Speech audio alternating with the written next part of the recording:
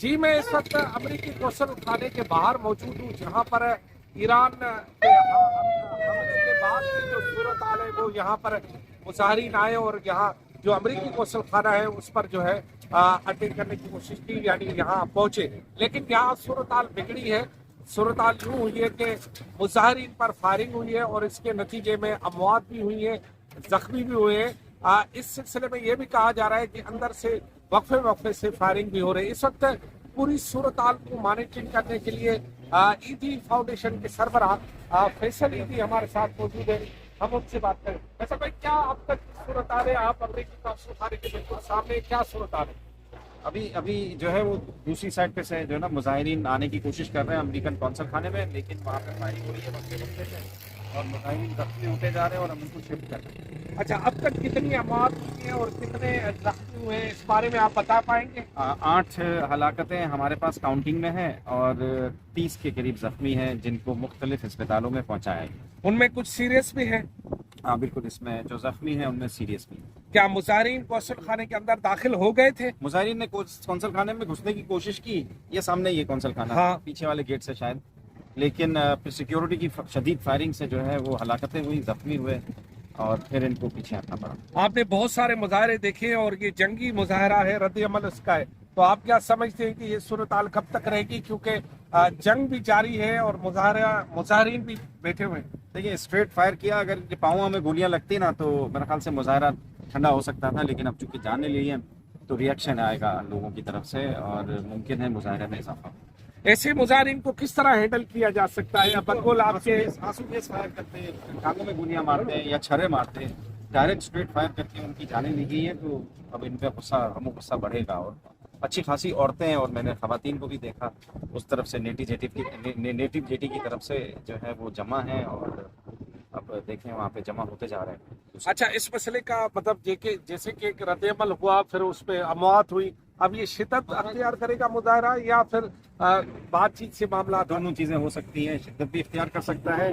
غم و غصہ بہت ہے اسرائیل اور امریکہ کے حوالے سے، شیعہ کمیونٹی میں بھی اور عام شہریوں میں بھی، اور اس کی وجہ سے شاید بڑھ بھی سکتا ہے، لیکن سیکیورٹی فورسز جو ہیں وہ پوری کوشش میں لگے ہوئے ہیں کہ معاملے کو جو ہے وہ ٹھنڈا کریں۔ اچھا، مظاہرین سے بات بھی کی جا سکتی تھی، اگر وہ جہاں تک پہنچے ہیں تو ان کے کوئی مطالبات تھے وہ اندر تک پہنچائے بھی جا سکتے تھے، فائرنگ کرنے کی کیا وجہ بنتی؟ مجھے خود سمجھ میں نہیں آیا، جب فائرنگ ہوئی تو اس وقت میں موجود نہیں تھا، لیکن جو ہے وہ سیکیورٹی جو یہاں پہ تعینات ہوتی ہے ان کی طرف سے اندر کی طرف سے فائرنگ شروع ہو گئی، جس کی وجہ سے مظاہرین اور زیادہ پھر مشتعل ہوئے۔ پھر انہوں نے پولیس چوکی کو آگ لگا دی، جو ٹریفک پولیس چوکی ہے آگے اس کو آگ لگا دی، کچھ موٹر سائیکلیں وغیرہ گزر رہی تھی ان کو آگ لگا دی، اور لاشیں بھی پڑی ہوئی تھی۔ ہمیں بھی آنے میں دشواری ہو رہی تھی کیونکہ راستے میں ہنگامے ہو رہے تھے اور اس طرف سے ہم نہیں آ سک رہے تھے، لیکن آ سکے پھر مشکل سے ہم جیسے ہی آئے، پھر زخمیوں کو جو ہلاکتیں تھیں ان کو ہم یہاں سے لے کے گئے۔ لاشوں کی کس طرح صورتحال دیکھی؟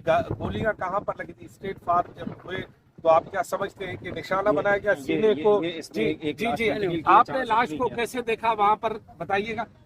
ہم لوگ وہاں ٹاور پہ کھڑے تھے، تو گن شاٹ یہاں گولی لگا تھا، بائک پہ لے آئے، ہاں، پھر 2 کار گاڑی سے اور ایک ڈیڈ باڈی جس کو یہاں گولی لگی تھی یا سینے پہ یا پیٹ کے پاس، وہ ڈیڈ باڈی تو وہ بھی کار گاڑی میں تھے، اس کو میں نے شفٹ کر کے سول ٹراما پہنچایا۔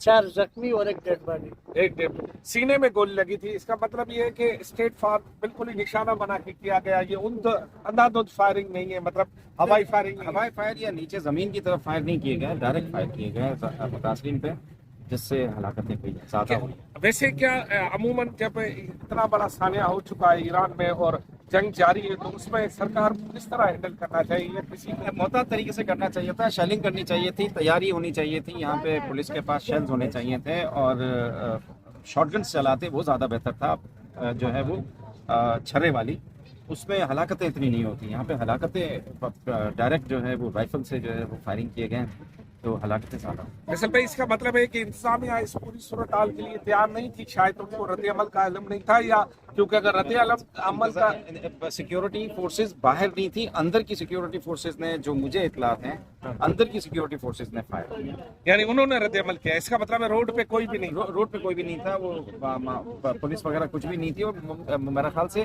مظاہرہ جو ہے وہ 2 بجے کال کیا گیا تھا، لیکن یہ صبح جو ہے وہ 10 بجے کے قریب یہاں پہ مظاہرین نے آ کے مظاہرے کرنے شروع کر دیے. مطلب 4 گھنٹے پہلے ہی مظاہرین پہنچ گئے اعلان کے مطابق. یہی ہوا ہے. تو انتظامیہ موجود نہیں تھی یہاں پہ، جس کی وجہ سے اندر کی سیکیورٹی نے جو ہے وہ جنگ 2 دن سے جاری تھی، لازمی رد عمل ہونا تھا، تو انتظامیہ کو پہلے ہی کارڈن کر دینا چاہیے تھا اس صورتحال میں. یہ انتظامیہ بتا سکتی ہے آپ کو.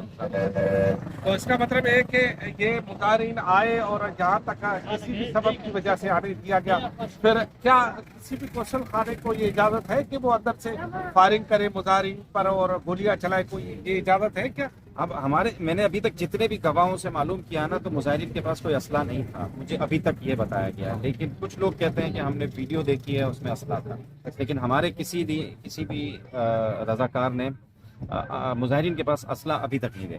میں نے بھی نہیں دیکھا. ہمارے کسی اگر مظاہرین کی طرف سے فائرنگ ہوتی تو لازمی یہاں پر کچھ نشان ہوتے، یہاں اگلے بھی زخمی ہوتے. اگر یہاں پہ سیکیورٹی بھی زخمی ہوتی ہے، کونسلیٹ کے لوگ بھی زخمی ہوتے ہیں جو سیکیورٹی میں معلوم ہے. یقیناً پھر دوسری طرف سائڈ بھی زخمی ہلاکتیں ہوتی ہیں.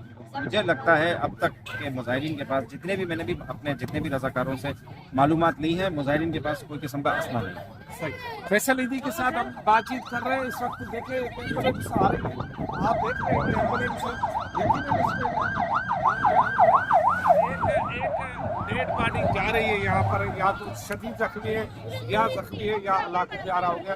یہ صورتحال اس وقت قونصلیٹ جنرل جو ہے قونصلیٹ جنرل کے آفس کے سامنے، یعنی امریکی قونصلیٹ خانہ جسے کہتے ہیں، وہ ادھر آپ دیکھ رہے ہیں. یہاں پر صورتحال فیصل ایدھی سے ہم نے بات کی، مظاہرین آئے، کیا ہوا، کس طرح فائرنگ ہوئی، کتنی ابھی تک کی ہلاکتیں ہو گئی ہیں اور کتنے زخمی ہیں. یہ ہے کراچی کے صورتحال جو اور مزید بھی آپ کو اس بارے میں اپڈیٹ کرتے رہیں گے کہ یہاں کیا صورتحال رہے.